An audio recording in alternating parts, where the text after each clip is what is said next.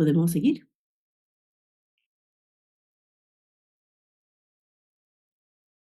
Sí, Listo. maestra, gracias. Sí.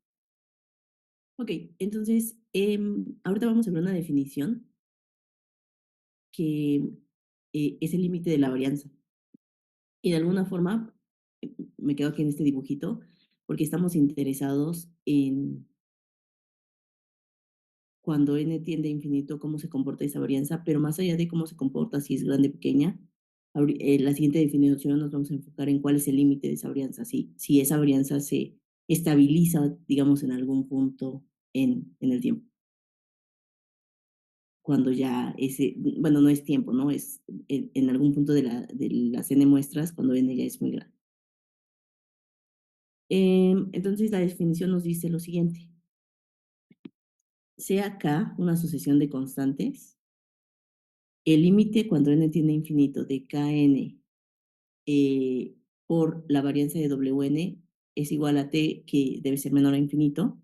A eso se le conoce, a t se le conoce como el límite de la varianza de Wn, que es un estimador. ¿Ok? Entonces, ¿qué nos está diciendo acá? Primero, ¿por qué utilizamos Kn? Utilizamos Kn porque muchas de las varianzas sin esa sucesión de constantes, sin esa Kn, muchas de las varianzas cuando n tiende a infinito, esto se vuelve cero. Entonces, es un poco por conveniencia. Por eso utilizamos este Kn para que tienda a un valor.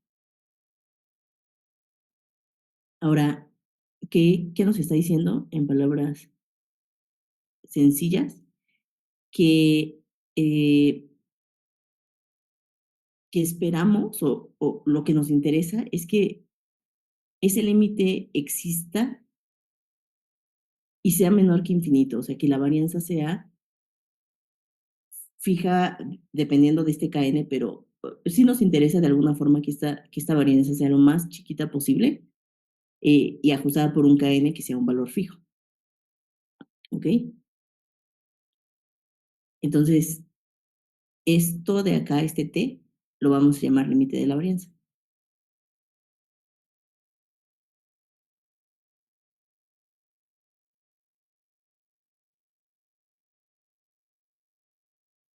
Avísenme cuando terminen de anotar para seguir.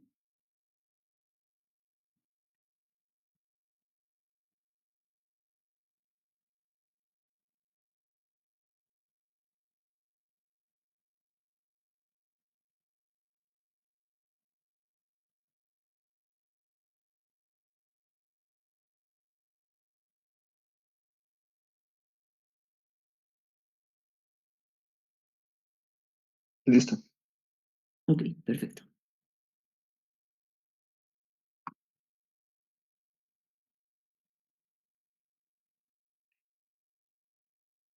Ok,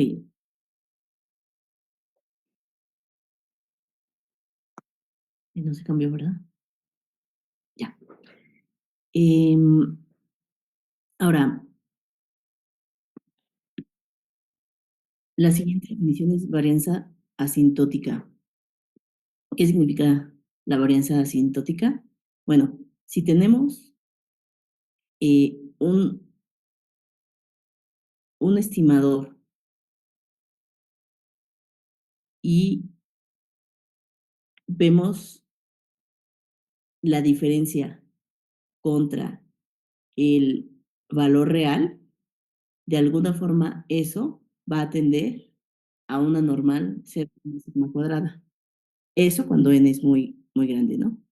Entonces, a ese sigma cuadrada de lo que va a atender esas diferencias ajustados con la Kn, que también es igual a una sucesión de constantes, a eso lo vamos a llamar varianza asintótica, a este sigma cuadrada de la normal. ¿Ok? Entonces, si tomamos el estimador, eh, vemos la diferencia que tiene contra el verdadero valor y luego vamos a ver su distribución. Cuando tenemos muchos datos, se va a parecer a la normal y la varianza asintótica va a ser la varianza de esa normal a la que va a tender esta diferencia. ¿Ok?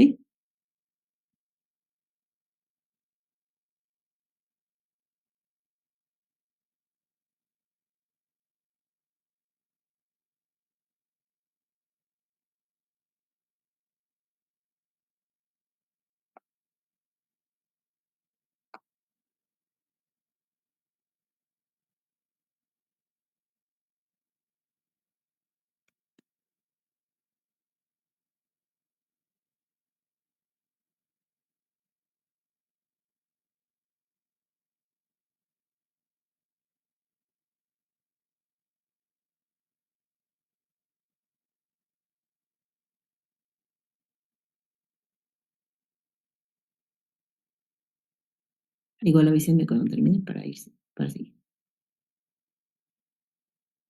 Listo, profesor. Maestra, disculpe una duda. Sí. Este, ¿qué significa la T de teta? ¿Es lo Eh, de límite de la varianza? no, el, el T de teta es una función que cumple eh, todo lo de regularidad para Ah, ok, teta. sí, sí, sí. Sí, perfecto, gracias.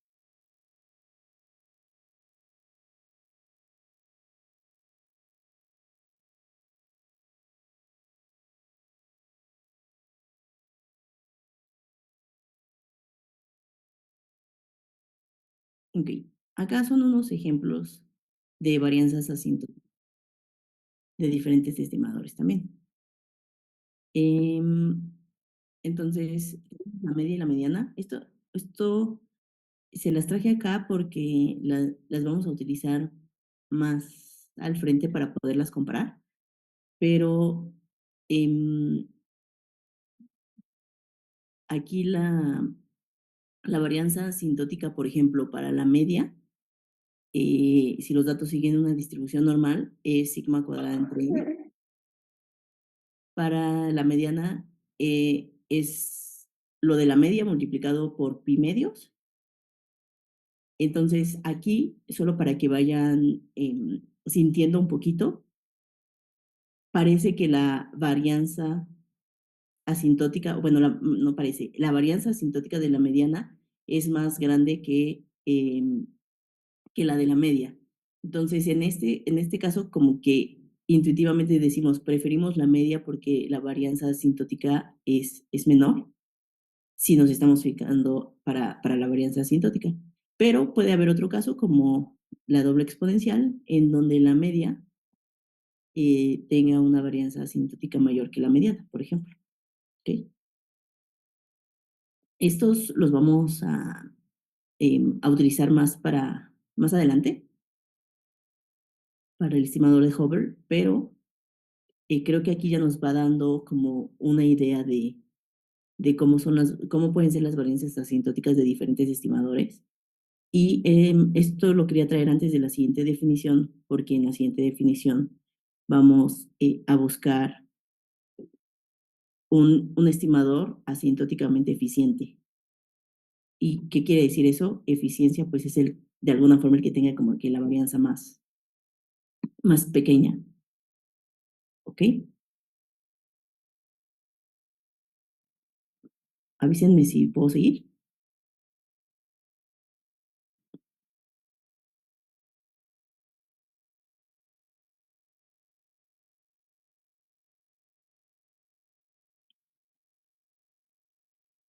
Listo, maestra.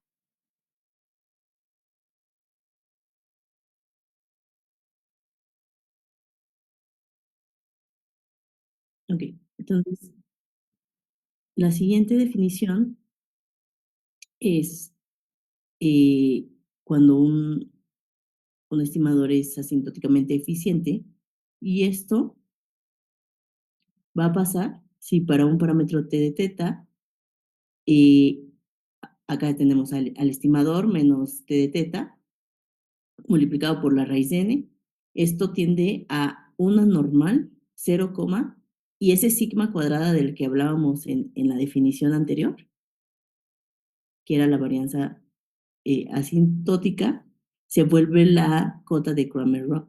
O sea, en palabras sencillas, estamos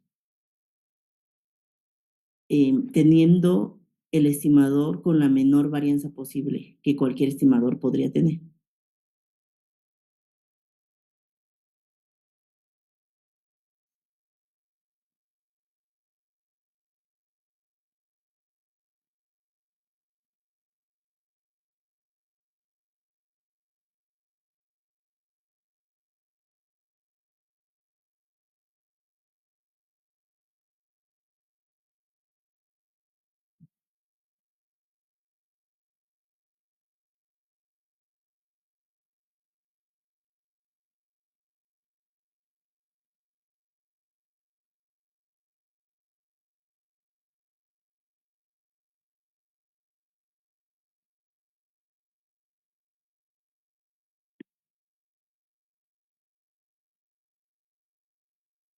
Igual váyanme avisando cuando terminen para que sigamos. Listo. Perfecto. Em, luego vamos a ver ya la segunda parte del primer tema, que es robustez. Eh, robustez, hay varios autores que lo han definido de maneras distintas, pero Hover nos, nos dio tres cosas que deberían de tener.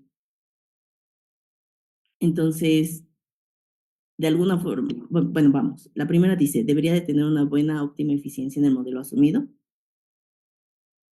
Debería ser robusto en el sentido de que pequeñas desviaciones en el modelo asumido deberían afectar su rendimiento poquito y que si tenemos variaciones un poco mayores, no deberían de ser una catástrofe. Entonces, eso es lo que intuitivamente nos dice la robustez, que estamos buscando eficiencia, estamos buscando que pequeñas variaciones tengan pequeños impactos y desviaciones mayores que no nos vayan a causar una catástrofe. Ahora, hay algo que llamamos como eficiencia relativa asintótica y es justo un cociente entre la media y entre la varianza asintótica de la media y la varianza asintótica de la mediana. Eh, y acá algunos ejemplos, los que les había enseñado hace rato. Entonces, la eficiencia relativa de la normal, si dividimos la media entre la mediana, nos va a dar 0.64, la de la logística nos va a dar 0.82 y la de la doble exponencial nos va a dar 2. ¿Ok? Y esto lo que nos dice es que a medida que las colas de la distribución son más pesadas, o sea que tenemos más valores atípicos, la mediana se va volviendo más eficiente en comparación con la media. Y sabemos que la mediana no se deja influenciar por esos valores atípicos cuando la media sí lo hace. ¿Ok? Entonces, eso ya nos empieza a dar un sentimiento de, ok, si tengo datos donde las colas son grandes em, y eso quiere decir que de alguna forma mis, mis datos, tengo más datos atípicos, tal vez sea buena opción usar la mediana en vez de la media en algunos de los casos, ¿ok?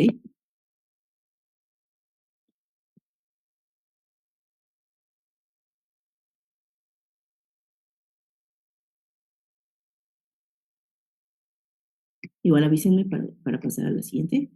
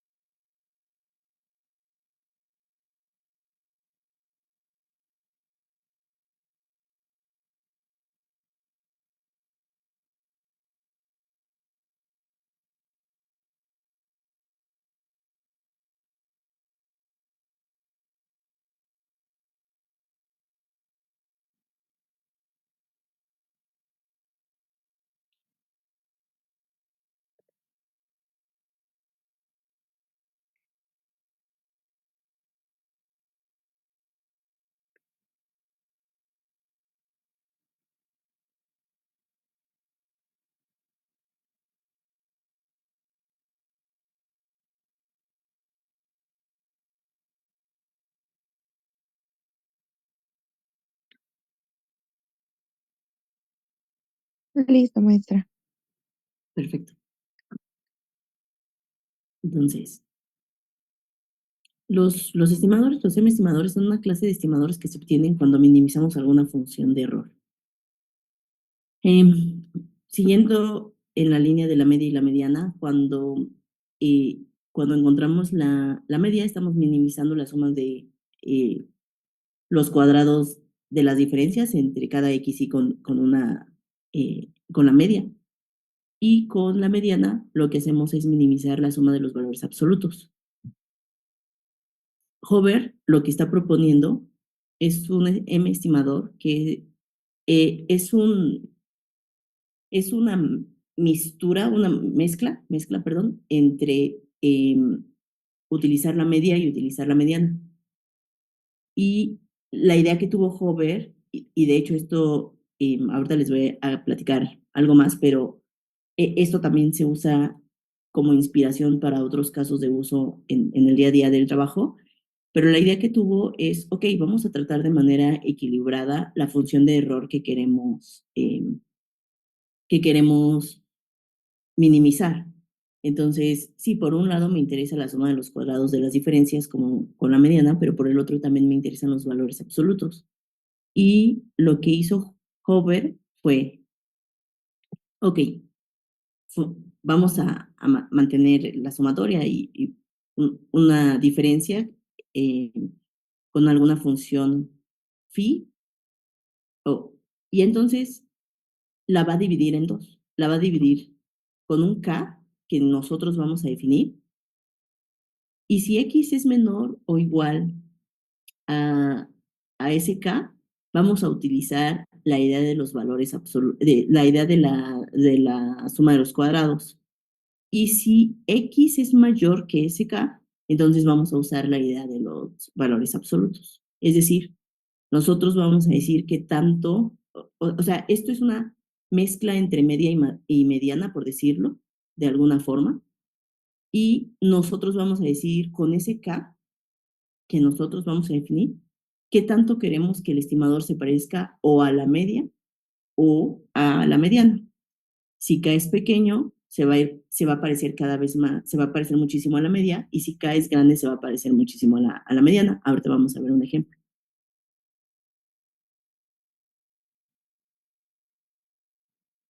Entonces, recapitulando, lo que estamos haciendo es una función que nos minimice tanto la suma de los cuadrados para los xy menores a un k y también que nos minimice los valores absolutos para los xy que sean mayores a un k.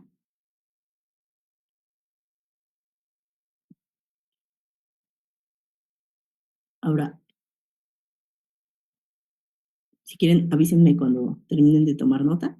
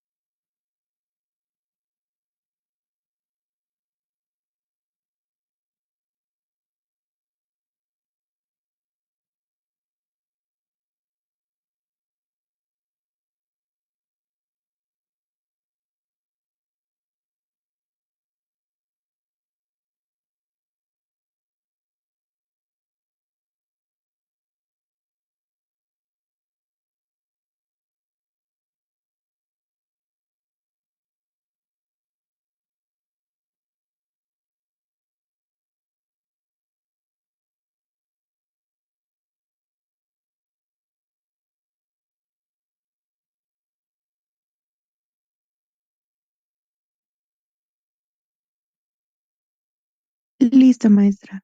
Perfecto. Ok. ¿Ya vieron regresión lineal en alguna materia? El semestre pasado en estadística 2. Perfecto. Ok. Em, bueno, seguramente no estoy súper actualizada en cuanto al plan de estudios que están teniendo y exactamente qué es lo que vieron en la regresión lineal, pero seguramente vieron como el enfoque tradicional, el enfoque de estadística. Acá, cuando queremos usar regresión lineal para hacer un modelo de Machine Learning, a veces tenemos tantos datos que no podemos revisar si se cumplen los supuestos de regresión y por lo tanto, lo que se hace es, o sea, ustedes lo que buscan en la regresión lineal tradicional es eh, minimizar el error cuadrático medio. Entonces, vamos viendo las diferencias entre la línea que ajustamos y los valores reales de los datos y vamos buscando una línea de tal forma que la diferencia entre el valor real y la línea elevada al cuadrado sea la menor posible. Ahora, cuando queremos aplicar esto en grandes datos, en ciencia de datos, comúnmente llamado machine learning, lo que hacemos es, en vez de minimizar solamente los errores cuadráticos medios, penalizamos ese error, o sea, le sumamos también la suma de todos los parámetros de la regresión lineal. Entonces, o sea, en ese sentido, se utiliza de alguna forma la idea de Hover, que es, utiliza los errores cuadráticos medios, pero ajustalos por algo, penaliza ese error cuadrático medio, o sea, súmale algo, di que tiene más error, eh, y a alguien se le ocurrió utilizar los parámetros de la regresión, pero para eso hay que hacer algunas transformaciones. No me voy a meter con eso, pero la idea es, ok, penaliza con algo y di que tu error va a ser mayor, dado que no estás revisando que se cumplan todos los supuestos. Perfecto. ¿Hasta aquí tienen alguna pregunta?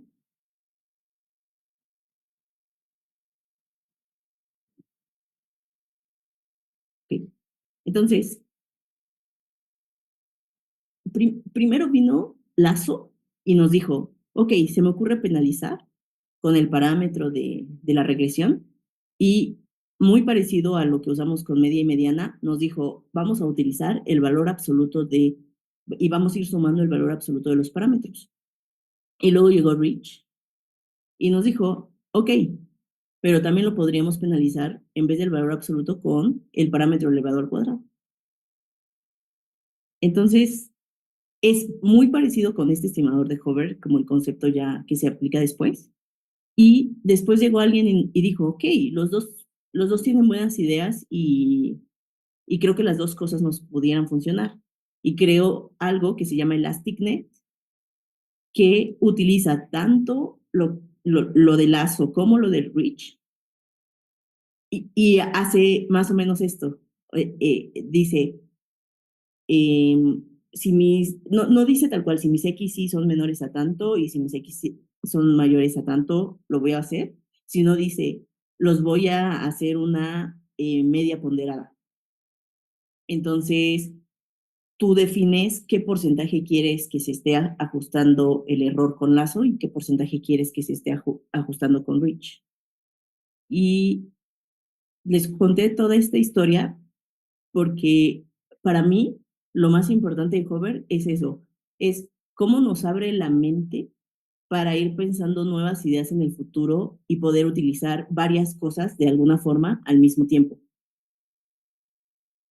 Y, en fin, no sé, se entendió como el caso de uso. Sé que no vamos a ir al fondo de los cálculos de Machine Learning y demás, pero repito, la idea es en la regresión lineal tradicional, ajustar la recta que minimice el error al cuadrado, el error cuadrático medio. En Machine Learning decimos, ups, no voy a ponerme a ver si se cumplen todos los supuestos, entonces voy a penalizar ese error y le voy a decir que es más grandote. Y hubo dos formas de calcular ese error que se basa mucho en valor absoluto o en el cuadrado, y después alguien llegó y dijo, ok, unamos y podamos usar las dos al mismo tiempo. Y tú vas a decir qué tanto quieres usar una y qué tanto quieres usar otra, cuánto peso le das a una y cuánto peso le das a otra. Aquí es muy parecido. Ese K nos va a decir qué tanto le estamos dando peso a la media y qué tanto le estamos dando peso a la mediana. ¿Se entendió? Sí, maestra. Perfecto. Eh, entonces vamos a ver un ejemplito con algunos valores y cómo va cambiando también con diferentes Ks. Fíjense, acá tenemos varias observaciones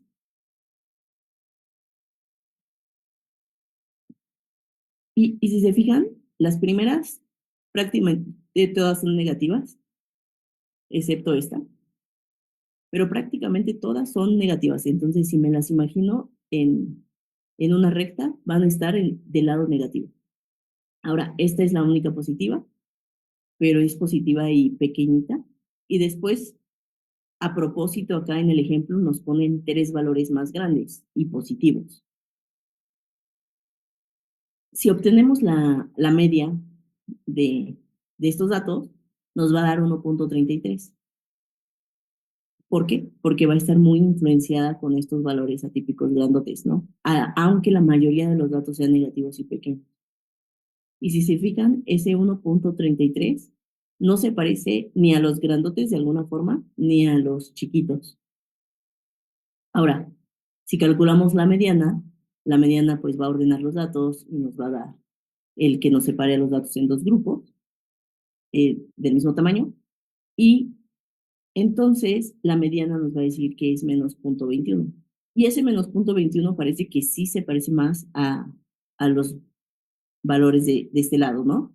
Y nos está ignorando de alguna forma a los que son atípicos.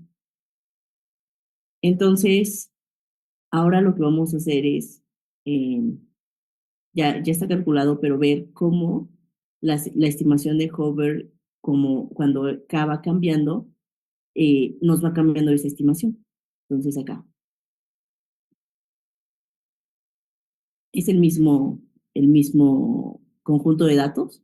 Acá tenemos la mediana, la media, y eh,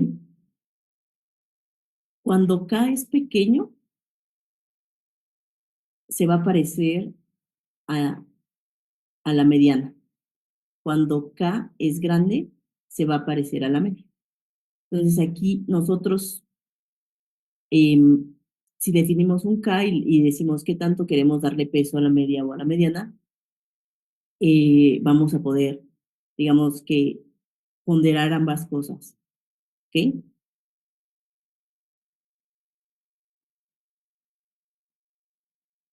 Entonces, por ejemplo, aquí K1, pues ya le estoy dando, sí le sigo dando mucho peso a la mediana, pero ya le empiezo a dar un poquito más de peso a la media y así.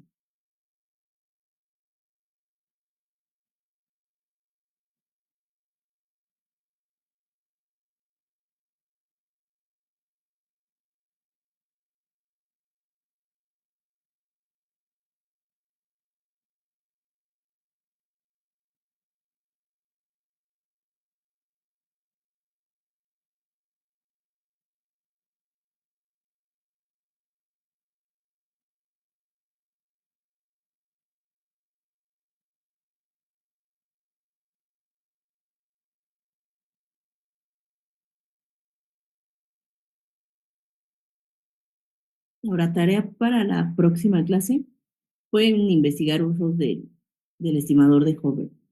eh, para... De hecho, yo creo que lo podemos hacer de una vez en algunos grupos, como investigar para qué podemos utilizar este tipo de estimador de Hover. O prefieren llevárselo de tarea, como ustedes prefieren. Pues estaría bien también tomarlo ahorita, Ok, pero no sé, depende de lo que digan mis compañeros también. sí, se nos demás.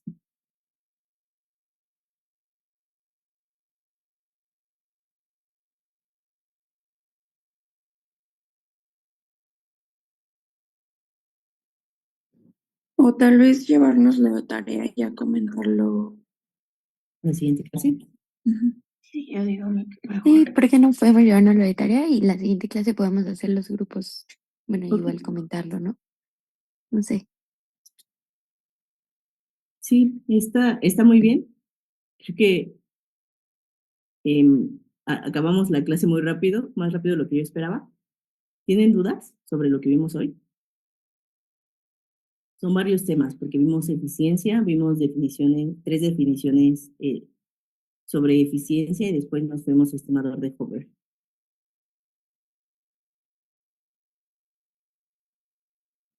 Y a mí nada me quedó poquita duda, como que la definición bien de lo de la robustez, si no me equivoco.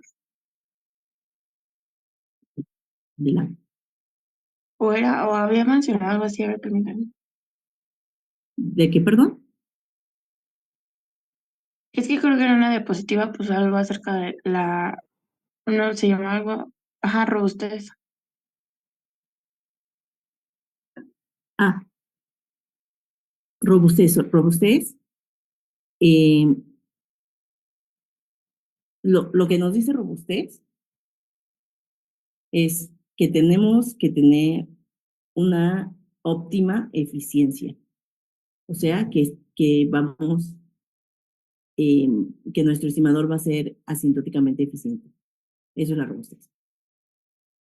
Y lo dije solo en otras palabras más sencillas, es que tenga una eficiencia, una buena eficiencia que sea no buena solo, sino óptima, y que además, cuando varío poquito mi estimador, también el rendimiento, o sea, esa varianza se afecte poquito. Y que si varío más el estimador, no vaya a causar una catástrofe como que la varianza se vaya a infinito. Eso es robustez. Ok, muchas gracias.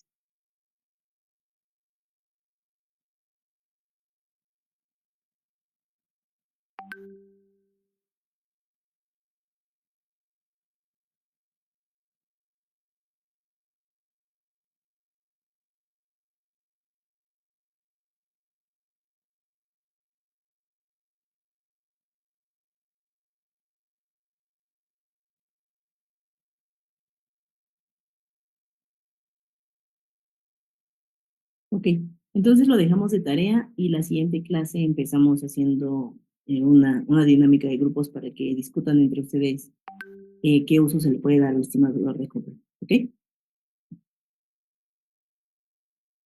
Sí, profesora, muchas gracias. Profesora. Y bueno, ya conseguí que me prestaran un iPad para hacer algunos dibujitos y demás, pero voy a intentar ya tener una pronto y también apresurar un poco lo de Zoom, porque aunque me prestaron el iPad no pude entrar a Zoom porque necesito que George me mande su código y se me hizo feo como despertarlo.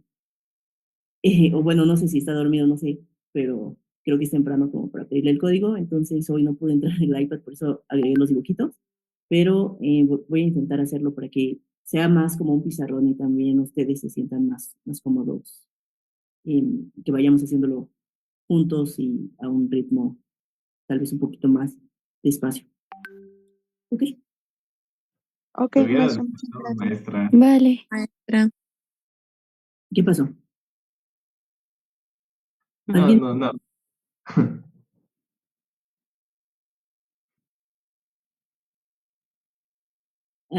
Ever, si estás hablando, creo que estás en mute. Ah, sí, sí, fui yo. Es que le dije que lo hubiera despertado así, en tono de broma. Ah, Disculpe. no. Ah, ok. Sí, no, a lo mejor sí está despierto, pero ya lo había despertado el sábado anterior, entonces dije, bueno, si ya tengo acceso en la compu, sigamos así. Muy bien, pero a ver si el jueves no sé si voy a tener la iPad, pero tal vez el sábado sí. Entonces vamos, voy a intentar sí tener algo disponible para que lo vayamos haciendo y si no, pues seguimos con esta dinámica, pero sí creo que nos vamos muy rápido con las diapositivas. Ok, bueno, que tengan buen fin de semana, no se les olvide investigar para que sirve el estimado de Hover y nos vemos el jueves. Gracias, maestra. Bonito fin Vale, de profesora. Bye. Gracias, profesora.